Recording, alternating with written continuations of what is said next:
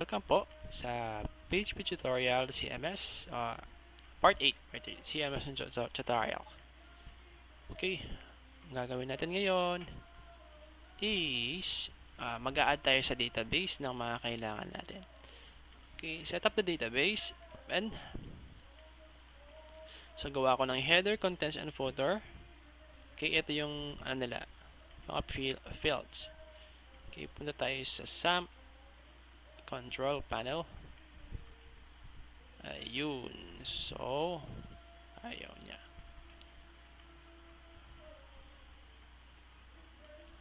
Gagawin natin new table. Bilisan mo naman. Ayun. Si table header. So, meron siyang ID and header. Okay, si header, syempre, gusto niyo character or text, pwede rin. Text kasi unlimited yung pwede mong i-type. Kay barcar, mag-aano ka, mamimili ka kung ilan. Okay? So, si text, okay, tandaan natin yung auto-increment, primary, auto-increment. Okay po. Kung meron po kayong naririnig na ingay, kumakanta po yung kapatid ko sa banyo. Para siyang ano. Okay. Next. Okay, save. So, meron na tayong header table. Okay, header table, structure niya is, wala pa siyang laman, structure niya is ID header, auto-increment. Okay. Next, gawa tayo ng bago, new, click new, isa naman is content. Contents, ID, page title,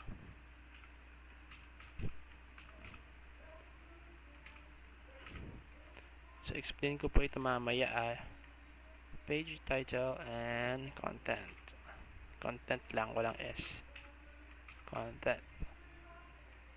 Okay, content lang. Tapos barcar na lang to, page title, kailangan natin ng title ng page, 50, content, barcar. Okay, then auto increment uli, tsaka primary key. Okay, then save. So meron na tayong please enter a valid length. So sabi dito page hindi yata valid length ito. Kasi si barcar dapat text siya. Yan, text na lang siya. Save. Ayun, okay.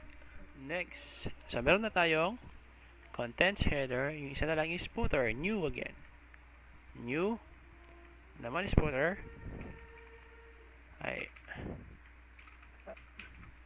Footer. And ID. And footer. Okay. So, footer, text na rin. Okay. Then, huwag natin kakalimutan ng auto-increment and primary key. Okay, index yun, ha. Then, save. Ngayon, meron na tayong table na contents, footer, and header. So, saan natin gagamitin to? Dito yan, sa back end. Okay, sa back end yan. So, ito part 8. So, front end. Ito, punta tayo sa back end. Pagpasensyahan nyo na lang po yung kung may naririnig kayong ingay dyan. Okay, next. Hindi ako nakapaglagat nung nakaraan. So, admin. So, nasa admin.php na ako. Header, page content, and footer. Okay, dun sa header, edit ko yung sa backend admin.php, edit notepad++. Tapos hintayin natin. So, punta tayo dito sa my header. Mapapansin nyo sa my header, meron siyang header, text area, pangalan, header. Okay? At itong process na to is nasa process, header process.php. So, ito gagawin pa lang natin ito. Wala pa ito. Okay, ito. Ito naman. Okay. My content, content process.php. So, okay, i-analyze nyo na lang ito. Simpleng form lang ito. Okay. Lahat ito, post data. Okay. Tingnan natin yung appearance niya. Okay. Header content, ito yon. Text area. Meron tayo sa button na save. Page content, page title, and content. Okay. Then footer. Footer. Header, footer, page content. Okay, mapapansin nyo dito is show div function. Kaya pag admin.php,